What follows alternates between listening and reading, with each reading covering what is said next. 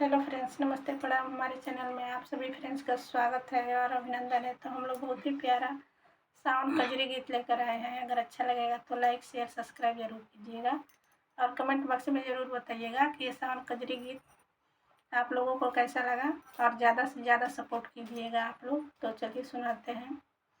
हरे राम भीजत मोर चुनरिया बदरिया बरस रे हरी। हरे राम भीजत मोर चुनरिया बदरिया बरस रे हरी। देखो झूम रही अमराई कर शीतल मन पुरवाई।